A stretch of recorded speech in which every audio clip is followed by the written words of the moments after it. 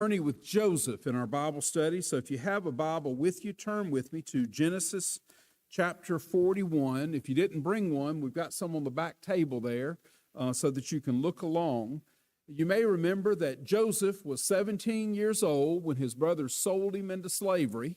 He was then bought by a man named Potiphar, and he took care of Potiphar's household, and the Lord blessed everything Joseph touched, and Potiphar was blessed because of Joseph. But Potiphar's wife falsely accused him, and he wound up in prison. But in prison, God blessed Joseph, and the Lord was with Joseph even in prison, and the warden trusted him with everything. And you may remember that the Pharaoh's cupbearer and baker were also sent to the same prison, and they had both disturbing dreams one night, and God gave Joseph the ability to interpret their dreams. Only one of the two survived. But the cupbearer, 2 years later, when Pharaoh had a disturbing dream, remembered Joseph. And so last week we left off in chapter 41 as Pharaoh sent for Joseph. So we're at about verse 15, but I'm probably going to get a running start. So look with me at verse 14. So Pharaoh sent for Joseph, and he was quickly brought from the dungeon. Now, that's not a very nice word, is it? So even though God has blessed Joseph and he's been with him, Joseph's been through some pretty rough times. Falsely accused, a slave, in prison, here in the dungeon. But when he had shaved and changed his clothes, he came before Pharaoh. Pharaoh said to Joseph, I had a dream, and no one can interpret it, but I have heard it said of you that when you hear a dream, you can interpret it. Now look at Joseph's reply here, and this is one you ought to take note of, because sometimes people will compliment you. Now, that ever happened? Well, I won't. Can you think of a time, think back, when somebody has said something nice to you, complimented you? And often that presents an opportunity to point them back to the Lord. Because where did your gifts come from? The Lord, right? Somebody said they had a picture of a turtle on top of a fence post in their office, and it reminded them that nobody gets anywhere by themselves.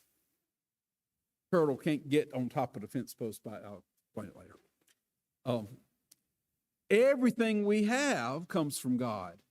Every good gift in our life comes from God. And God is generous. He blesses and he blesses and he blesses and he continues to bless. And so what Joseph does here, I guess I probably should have read the verse first, is he gives God credit. And you know what? So should we. So Pharaoh says, I had a dream, no one can interpret it, but I've heard it said of you that when you hear a dream, you can interpret it. I cannot do it, Joseph replied to Pharaoh, but God will give Pharaoh the answer he desires. So Joseph gives God the credit for any ability he might have. And of course, in Joseph's case, you can see a direct tie. Joseph doesn't have the wisdom to interpret dreams, but God does. And he gives Joseph that ability. Sometimes we think of gifts as, singing or preaching or things like that, but God gives all kinds of gifts. Y'all remember back when we were studying Exodus that he gave the craftsmen who made the tabernacle special gifts to know how to weave and how to put things together and how to put gold on top of them. Not everybody can do stuff. Not everybody can open the door when it's jammed. God gives people abilities, and all of those abilities are needed. In fact, the church is designed like a body. And I don't know about y'all, but I'm hoping to keep all my fingers and all my toes. I have no parts that I'm willing to part with. I want all the body of Christ to use their gifts, and folks are happier when they're using their gifts. You take your light and put it under a bushel, nobody's happy with that. So here Joseph gives credit to God, and he uses the gifts God has given. God will give Pharaoh the answer he desires. Now y'all might remember Pharaoh's dream from last week, but in case you don't, Pharaoh repeats it for you here. So he'll tell Joseph his dream, and it's the second time, which is just interesting that Moses, as he writes this, wants us really to know about this because it's repeated. Then Pharaoh said to Joseph, in my dream, I was standing on the bank of the Nile when out of the river there came up 7 cows, fat and sleek, and they grazed among the reeds. All right. So far, a pleasant pastoral dream. Cows, fed cows grazing.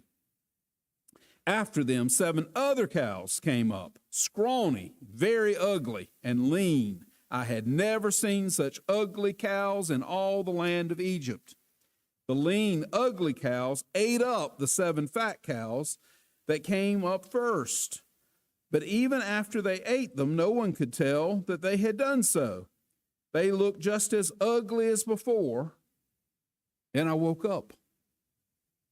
Where does Pharaoh's dream come from? God. God. Now, y'all think this particular Pharaoh turns out to be a pretty good guy, but do you think he was a believer in the one true God? This Egyptian Pharaoh? Is there a chance? No, not much of one, right?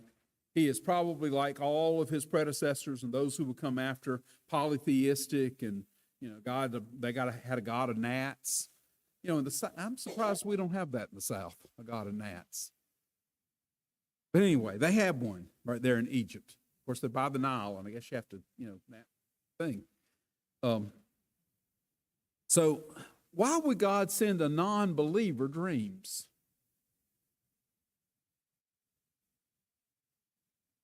He can use anybody. He will use anybody. And think about this for a moment. At this moment in history, Egypt is the most powerful nation. Doesn't it make sense that God would seek to communicate with the most powerful leader of the most powerful nation? And so, I know it's not election time or that kind of thing, but it is very important that we choose leaders who have a sensitivity to God's Spirit, because God will help them if they'll let him, right? God speaks to Pharaoh through a dream. He needs a little help to understand it, but God is at work. God is behind the scenes, moving nations to bring his glory, and so that we would know who he is. So he's constantly revealing himself. Well, Pharaoh has a second dream. In my dream, I saw 7 heads of grain, full and good, growing in a single stalk. And after them 7 other heads sprouted, withered and thin, and scorched from the east wind. The thin heads of grain swallowed up the 7 good heads. I told this to the magicians, but none of them could explain it to me. Now, he says magicians, but think of it as Egyptian science. Is there a limit to Egyptian science? There is. Is there a limit to medical science then and now? There's a reason why we say doctors are practicing medicine, because it's trial and error, right? Might work. Come back and see me if it doesn't. Heard stuff like that? Yeah, they don't know. Our bodies are complicated, right? What works for one person might not work for another. They're all made different, special, unique. Science has limits, doesn't it? And I know we've become more technologically advanced in the world we're living in, but have our ethics kept up? Oh, no, they hadn't. And so the more advanced we become, the more problems we create. These things have limits. So the magicians couldn't do anything to help him. Then Joseph said to Pharaoh, the dreams of Pharaoh are one and the same. God has revealed to Pharaoh what he is about to do. So God is laying out the plan for the future. Now, most of us would be curious about the future, but probably we are all wise enough to know we don't really want to know it. Am I wrong about that? Why does Pharaoh need to know the future? Well, it turns out God's going to be at work to save the world. He does that, repeatedly. And so he's going to use Pharaoh as an instrument to save the world. And so he reveals the future to Pharaoh. But often, God's revelation to us is a little bit like a flashlight on a dark night. We can see enough to keep from tripping or stumbling, but, the further you shine the light, the less effective it is. And so God reveals to us what we need at that moment in time.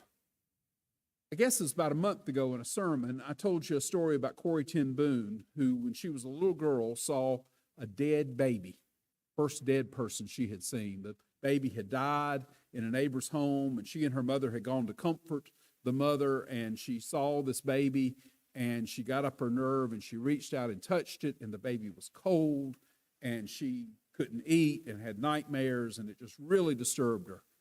So when her dad went to tuck her in at night, she said, "I don't want all of y'all to die. I don't know what I'm going to do when y'all die. I don't, just it overwhelmed her, the thought of death." And her father said, "When we go to Amsterdam, when do I give you the ticket?" Or he said, "Well, right before we get on the train." Well, Heavenly Father, trust him to hold on to things until you need to know, until you need them. He'll give you the strength you need when you need it at that moment. Life is like that. We worry and we get frustrated about things that are completely out of our control, but we have a loving Heavenly Father who we can entrust our worries to, and he really will take care of us. And he'll give us what we need at just the right moment along the way. Well, this is what Pharaoh needed, and it's what Joseph needed too. Joseph then explains the dream. 7 good cows are 7 years, and the 7 good heads of grain are 7 years. It is one and the same dream. The 7 lean, ugly cows that came up after are 7 years, and so are the 7 worthless heads of grain scorched by the east wind. They are 7 years of famine. It is just as I said to Pharaoh. God has shown Pharaoh what he's about to do. 7 years of great abundance are coming throughout the land of Egypt. But 7 years of famine will follow them, and then all the abundance in Egypt will be forgotten, and the famine will ravage the land. The abundance in the land will not be remembered, because the famine that follows will be so severe. The reason the dream was given to Pharaoh in 2 forms is that the matter has been firmly decided by God, and God will do it soon. All right. Biblical principle that things are confirmed on the testimony of at least 2 witnesses. Can't accuse somebody if there's only one accuser. Got to have at least 2. When Jesus does miracles in the Gospel of Mark, he makes sure that we know he has power over nature with at least 2 examples: calming the sea, walking on the water. More than 2 examples of Jesus raising the dead and casting out demons and healing sickness and feeding the 5,000, power over matter. Feeding the 4,000. So everything's confirmed by 2 witnesses. So Pharaoh has 2 versions of this message. And Joseph interprets that correctly to say God is firm about this. And so here are the 2 witnesses to back this up for you. And has human nature changed? The answer I'm looking for is no. When good things happen, let's say last week was the best week of your life, and this week's the worst. Do we remember that last week was the best week? No. When trouble comes, our memories of the good days go out the window. And that's what's going to happen here.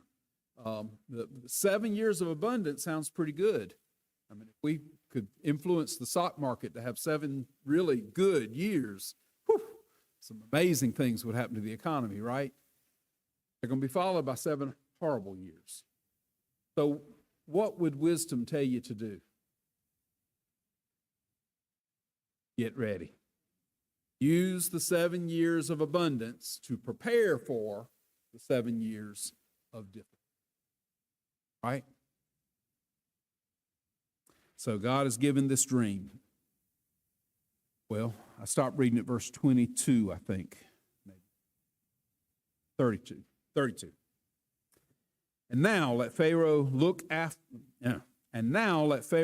for a discerning and wise man and put him in charge of the land of Egypt. What is discernment? Discerning and wise man is discernment. Okay? All right? Okay? The ability to understand, to read a situation. Sometimes that involves reading people. You know, there's some of us that can look at a room and know who's happy and who's sad and who's going through stuff and who's not. There are others of us that are oblivious to all those things, but, might notice other things. God's given all of us different gifts along that line. Discernment. Discernment is very important. It, in terms of ethics, relates to the ability to know right from wrong, discern the right thing to do in a given situation. Discernment comes from the Lord. So here, Joseph gives Pharaoh some wonderful advice. Choose a wise and discerning person to look after these things. Let Pharaoh appoint commissioners over the land to take a fifth of the harvest in Egypt during the 7 years of abundance. So now Joseph has some specific suggestions to pass on. They should collect all the food in these good years that are coming and store the grain under the authority of Pharaoh to be kept in the cities for food. This food should be held in reserve for the country to be used during the 7 years of famine that will come upon Egypt, so that the country may not be ruined by the famine. For the plan seemed good to Pharaoh and all his officials. So Pharaoh asked them, "Can we find anyone like this, one in whom is the Spirit of God?" Well, what are Pharaoh's choices? He's got these magicians, right? Have they helped him? Were they able to discern what was going on? No. So he needs somebody with wisdom and somebody with discernment. Then Pharaoh said to Joseph, "Since God has made all this known to you, and there is no one so discerning and wise as you, you shall be put in charge of my palace, and all my people are to submit to your orders. Only with respect to the throne will I be greater than you." Now, I think here is another divine miracle. Where's Joseph coming from? Where was he a few hours before this conversation? Yes, in the dungeon, Pharaoh's dungeon. And now Pharaoh is proposing that Joseph be made second in command.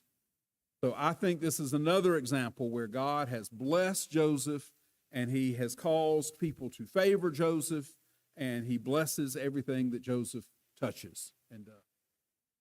And so Pharaoh is willing to take this guy out of prison and put him in a position of leadership.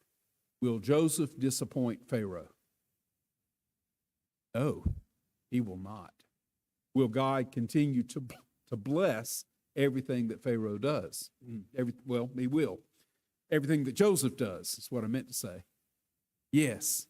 Will Pharaoh be blessed because he has Joseph in his employ? Yes, he will. So this is going to be a win-win-win situation. So Pharaoh said to Joseph, "I hereby put you in charge of the whole land of Egypt." Then Pharaoh took off his signet ring, put it on Joseph's finger. He dressed him in robes of fine linen.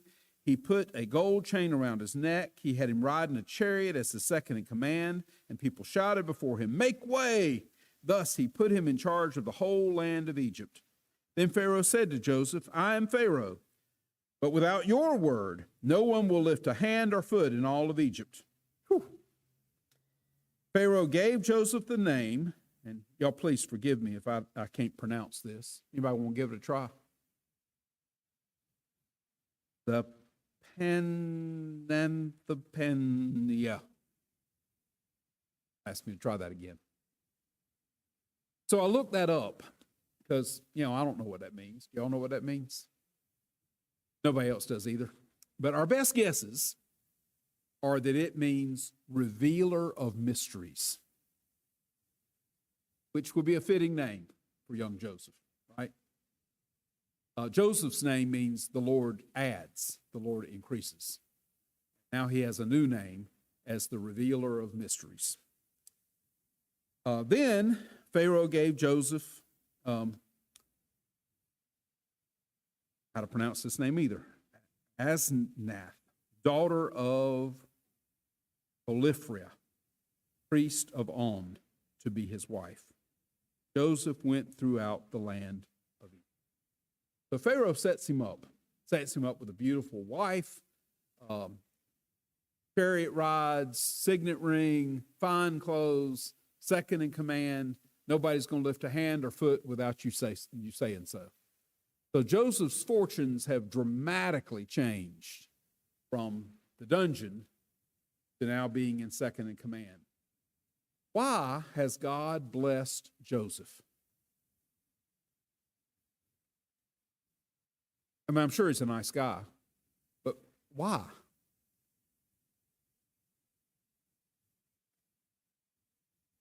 All right, he was obedient. What did I miss over here?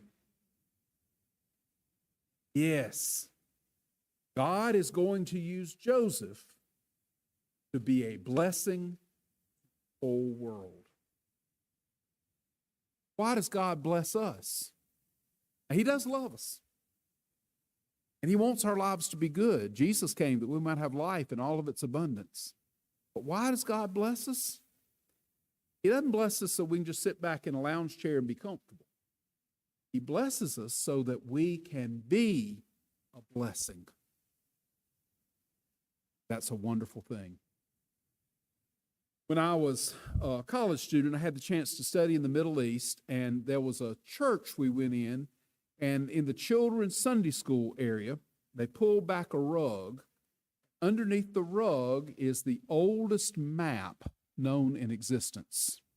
It's a tile floor, and it shows the Sea of Galilee and the Jordan River. There are fish in the Sea of Galilee, and there are fish in the Jordan River. What's at the end of the Jordan River? Dead Sea. So in this old map, underneath the carpet in a children's Sunday school room in a small church, the fish are smiling, and then they get to the Dead Sea, and they turn around and go back the other way. I think the one at the bottom has a bad face on his mouth. Because nothing can live in the Dead Sea. Why is the Dead Sea is like the lowest place and the lowest body of water on the earth, but water goes in, and then what? It stays. It doesn't leave. Comes in, and then it's stuck there. And so over time, the water evaporates, leaving the salt. And so over the centuries, it is really salty. I had a chance to float in it one day. And when you float in the Dead Sea, when you come out of the water, you are covered from head to toe with salt. Dead Sea. Don't let your life be like the Dead Sea.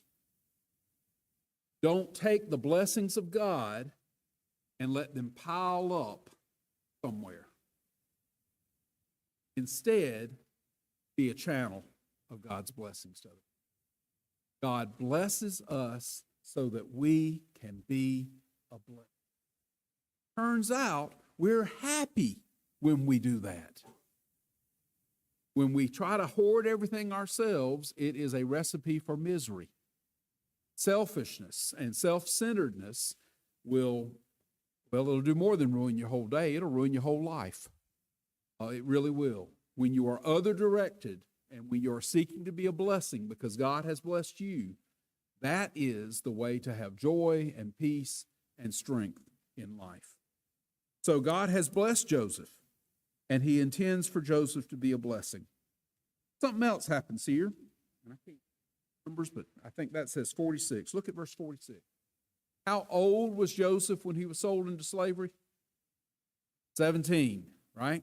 Now look at this verse. Joseph was 30 years old when he entered the service of Pharaoh, king. 17, now he's 30.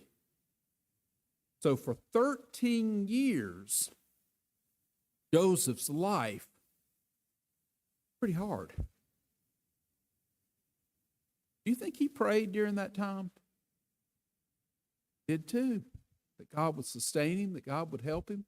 God didn't forget Joseph, and Joseph didn't forget God. Those were 13 hard years. I don't know what season of life you're in right now. You might be in the season of 7 years of plenty. You might feel like you're in the season of the 7 years of famine. Just one bad thing happens after another, and things begin to fall apart. Joseph had good years and bad years. He went from being the favorite child to being in really, really rough shape to now being second in command of the world, basically. God is at work.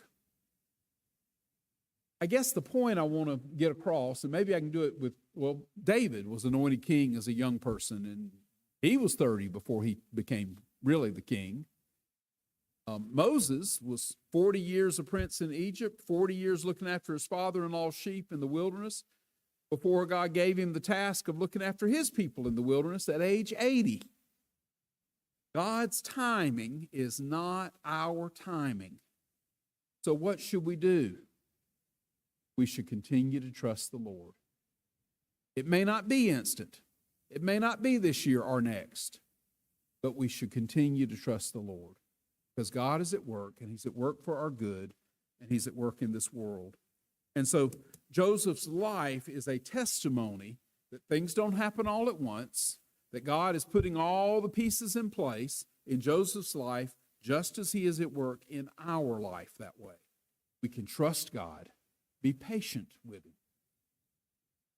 as he moves and works. Well, during the 7 years of abundance, the land produced plentifully. And Joseph collected all the food produced in those 7 years of abundance in Egypt and stored them in the cities. And each city he put food in, in each city he put the food grown in the fields surrounding it. And Joseph stored up huge quantities of grain like the sand of the sea. And it was so much that he stopped keeping records because it was beyond measure. So, abundance. God gives and gives and gives and gives again. So, where's the grain? It's in Egypt, right? And historically, that has been the case. I mentioned the Sea of Galilee and the Jordan River and the Dead Sea. Are there other significant bodies of water in Israel? The answer to the question is no. So, how do you make things grow in Israel? To rain. If it doesn't rain, what will happen? Egypt is very different. And if you studied history, you know that the Romans got their grain from Egypt. And that becomes an issue at different points along the way because people didn't have bread. They, were cranky. So the ships of grain from Egypt were pretty important to all the emperors and that kind of thing that came along. But Egypt's in a little different situation because of the Nile. The Nile would flood, and then you would have the land would receive the moisture it needed. So 7 years of great abundance. Before the 7 years of famine came, 2 sons were born to Joseph. Joseph named his firstborn Manasseh and said, "It is because God has made me forget all my trouble and all my father's household." So Joseph realizes he's in a new place. He needs to allow God to bless him there. He can't spend all of his days being homesick. And so he names his child in a word that reminds him that God is at work for his good. The second son he named Ephraim and said, "It is because God has made me fruitful in the land of my suffering." So even in trouble, God brings good, right? And that's a theme that kind of runs through this story. Manasseh and Ephraim. And as you keep reading in God's word, how many sons did Jacob have? 12, right? But as you read through the list, sometimes Joseph's name is no longer mentioned, and Manasseh and Ephraim are there. In fact, when the land is divided up, each of them get a different portion. So Joseph continues, and Joseph's line continues to be blessed. 7 years of abundance in Egypt came to an end, and the 7 years of famine began, just as Joseph had said. There was a famine in all the other lands. So this is a worldwide situation. But in the whole land of Egypt, there was food. And when all of Egypt began to feel the famine, the people cried out to Pharaoh for food. Then Pharaoh told all the Egyptians to go to Joseph and do what he tells you. When the famine had spread over the whole country, Joseph opened up the storehouses and sold grain to the Egyptians, for the famine was severe throughout Egypt. And all the world came to Egypt to buy grain from Joseph, because the famine was severe everywhere. Where does Jacob live?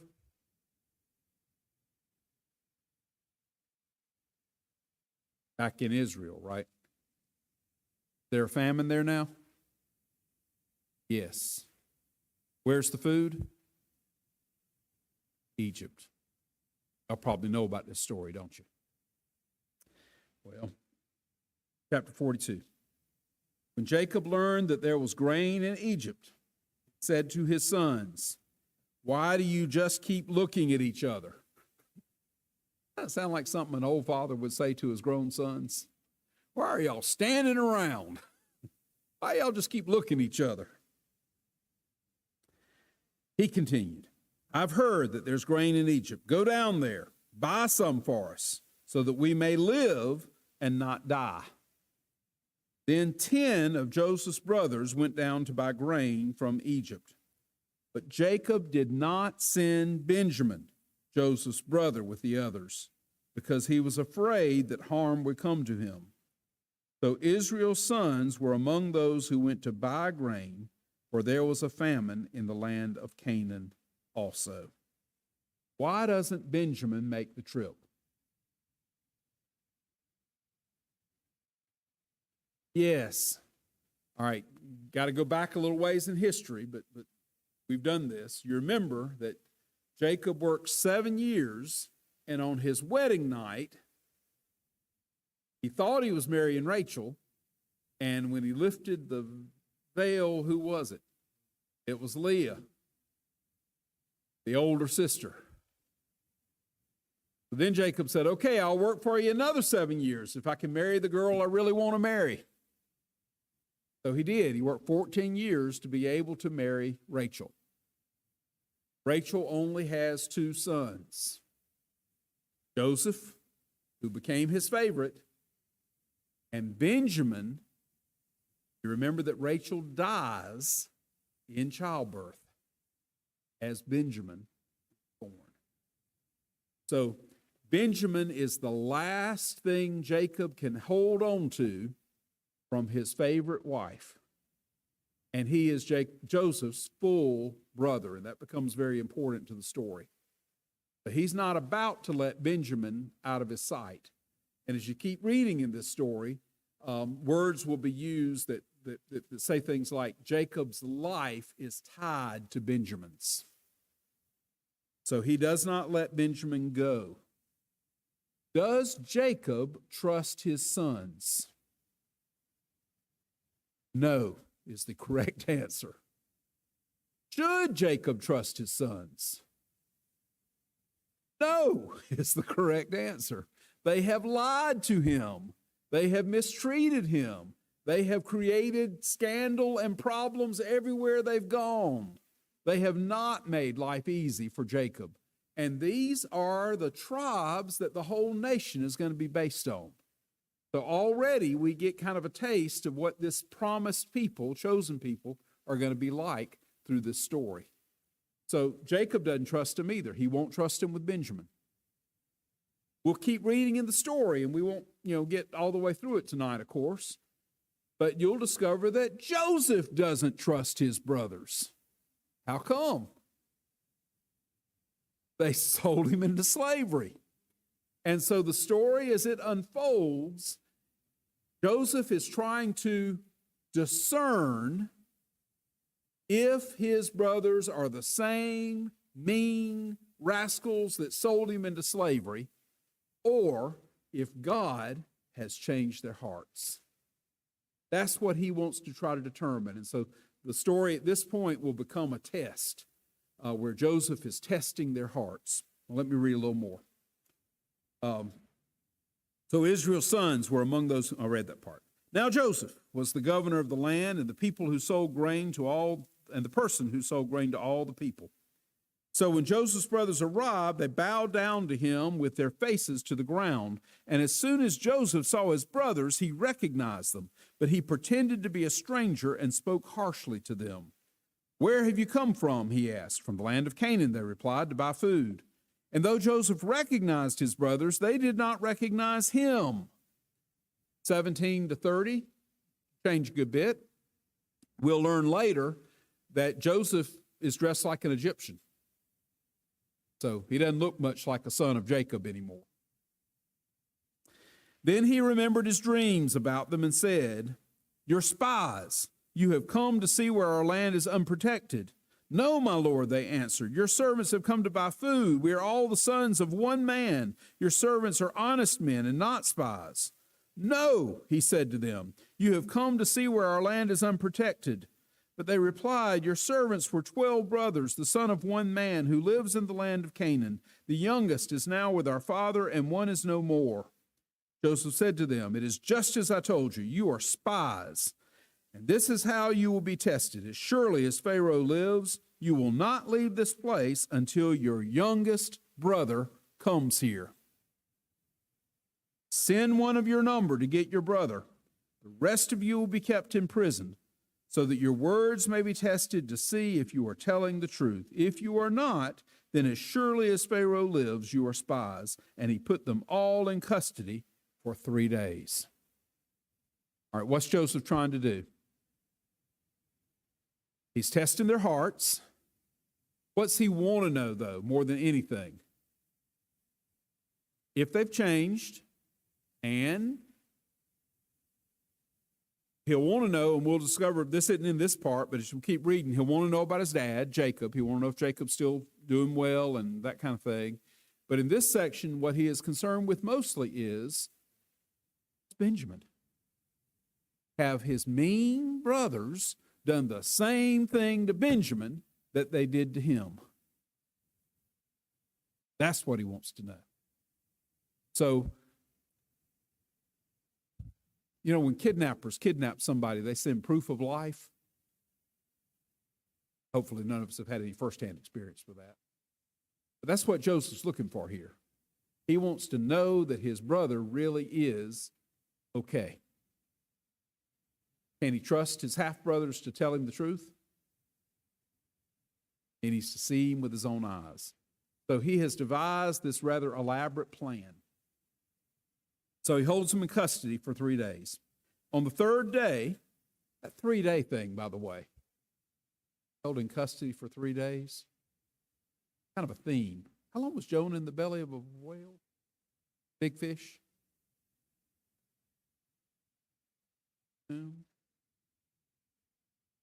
On the third day, Joseph said to them, "Do this and you will live, for I fear God. If you are honest men, let one of your brothers stay here in prison, while the rest of you take grain back to your starving households. But you must bring your youngest brother to me, so that your words may be verified and that you may not die." This they proceeded to do. They said to one another, time for confession. "Surely we are being punished because of our brother.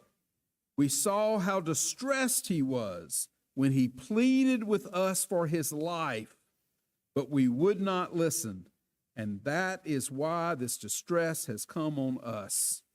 Reuben replied, "Didn't I tell you not to sin against the boy? But you wouldn't listen. Now we must give an accounting for his blood." They did not realize that Joseph could understand them, since he was using an interpreter. He turned away from them and began to weep, but then came back and spoke to them again. He had Simeon taken from them and bound before their eyes. Joseph gave orders to fill their bags with grain, to put each man's silver back in his sack, and to give them provisions for their journey. And after this was done for them, they loaded their grain on their donkeys and left. So, plenty of food. He gave them as much grain as they could carry. What did he also give them? Gave them their money back. So they're still as wealthy. They're wealthier than they were because now they've got all this grain and they've got all their money. Next week, we'll start here, and you'll discover that they are distressed when they realize that the money is back because they're wondering what they're going to get accused of next and how this is going to develop, and tale gets complicated. Simeon stays behind as Joseph's prisoner. We will learn as we keep reading that Joseph does not keep him in the dungeon. Joseph has him at his house. But he does not reveal who he is yet. So he will hold that back until he can discern what's going on in his brothers' hearts. It's a powerful story, but it's also a story of redemption. And even though Joseph here is the one whom God is using to be a blessing, as we keep reading, we will see that Judah will offer to take his brother's place in the same kind of way that one of his descendants took your place and my place on Calvary's tree. So all the stories prepare us for the greater story, the wonderful story, Jesus and the way that he redeems us. Thank you for being here tonight and for the time the Lord's given us to be together. Father, bless us and strengthen us as we look to you. Help us to remember that we've been blessed to be a blessing. Give us wisdom and discernment that comes from you. And help us, Father, to give you credit, to not take any for ourselves, but to boast only in you, who are good to us.